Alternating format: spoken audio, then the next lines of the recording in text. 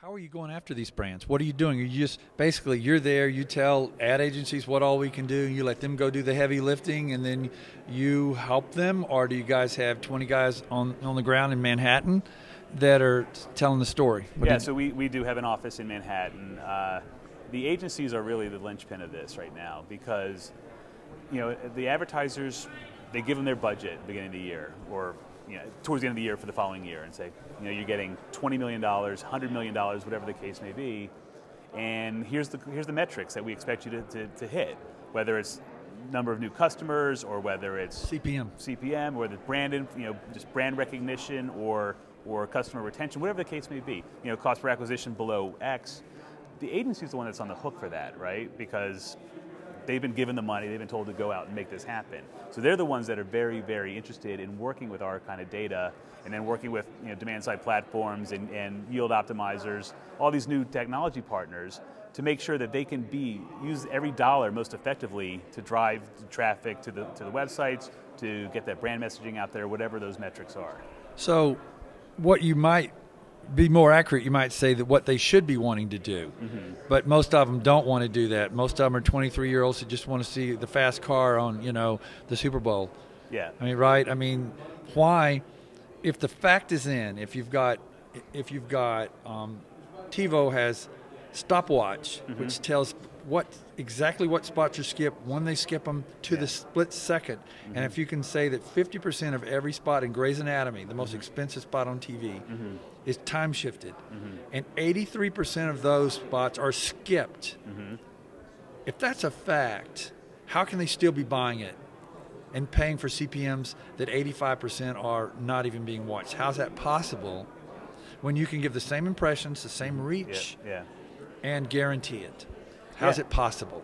Yeah, I think we're starting to see some of the terminology I've heard recently is a tectonic shift of brand advertisers shifting online for that very reason, right? The attention span on broadcast is diminishing, like you said, because of TiVo, because of other options where people can skip through the ad, or we have 500 channels. Or they've got a laptop in their lap, right? And they're emailing and checking stuff, etc. Exactly. What do you do when a commercial comes on? You do something else, or you flip the channel, or if you're watching it on TiVo, you go through it, or you mute it, So it's a broadcast channel. It's an advertising channel that is losing effectiveness, and it's still very expensive. But so much money is spent on it. 85 billion. 85 billion. So compared only to 40 in the 28 to 40 in the internet. In the online side. And if you take out search, there's nothing. Right. You're down to about 12 billion. So, it's a way you can get the same amount of eyeballs or more through display advertising than you can ever get on television now. If you're paying $45 CPM, it seems like to me they could come over, the agency could say, you want CPM? You want a certain reach? They come over and buy it for $3, buy the reach for $3. Now they're matched. So now it's equal. Now we're equal. Right. Now look at everything else we can give you. Yeah. Why isn't it a no-brainer? It's a good question. I think a lot of the big brands, they worry about transparency. They don't know. They're very, very conscious of protecting their brand, which they should. And it's totally understandable. What I think they fear is when their messaging is getting out on the internet, they don't know where it's appearing, where it's showing up. Why not? There's more and more premiums, more and more transparency, where like lead point, you know where the stuff's going to go. Why can't there be a transparent where you come in and you say, these are the channels I want, this is what I don't want? Well, that's what it's been going to. That's sort of the groundswell in the last couple of years has been the transparency. But you look back 4 or 5 years ago, a lot of these big brands were terrified to work with an ad network because they had no clue where their ads were running, and the ad networks were not transparent at all. It was a totally opaque platforms. The shift has moved towards transparency. You have to be transparent in this space if you want to get the brand dollars because they're going to insist on it. But if something happened and you won the lottery and instead of getting money they gave you, Kraft or BMW, would you change the way the money's being spent? 90% offline, 10% online? And maybe all your offline would basically drive it. I talked to the Vantage. He basically said, look, if you could take your spots, you could drive stuff online, you can measure it. You can say you paid $400,000. Right. Here's the lift you got. Here's the expected ROI you got, and it may be $40,000. Yeah. And it's working or it's not working. Right. I mean, do you agree with that? I totally agree. I know it's always a good idea to agree with the guys at Vantage. They're a lot of sharp guys. So absolutely. I mean, the measurability of this medium is like nothing that anyone's ever seen. You can't measure the effectiveness of a billboard on the highway or magazine advertising. You know how Nielsen works? They make their billions of dollars with a diary where they ask people to remember what they watch. What spot do you remember? Do you think you watched this spot? Yeah, when you've got TiVo stopwatch, why would you do that? Yeah, it's such an unscientific process.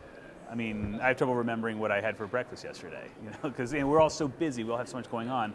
Who's going to think, oh, I need to record what I watched? Why would someone ask if the data is there?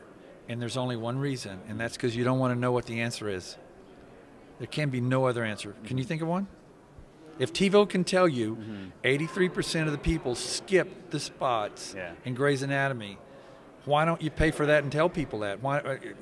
But if you ask people, they're going to say, yeah, I watched it. I don't know if it time shifted. Yeah, I watched some of the commercials. I probably watched half of them. Yeah. Yeah, it's not explainable, is it? Yeah, it's very, very difficult to explain. Do y'all try? Do you have a PR arm? Do you try to talk to the press to try to help swing the pendulum, or are you just sitting there waiting and you submit the Titanic? What do you call it? What kind of a the tectonic shift? Tectonic shift. Are you just waiting for it to happen, or are you influencing it? No, in we're any way? we're trying to influence that as much as we can with the many clients that we have.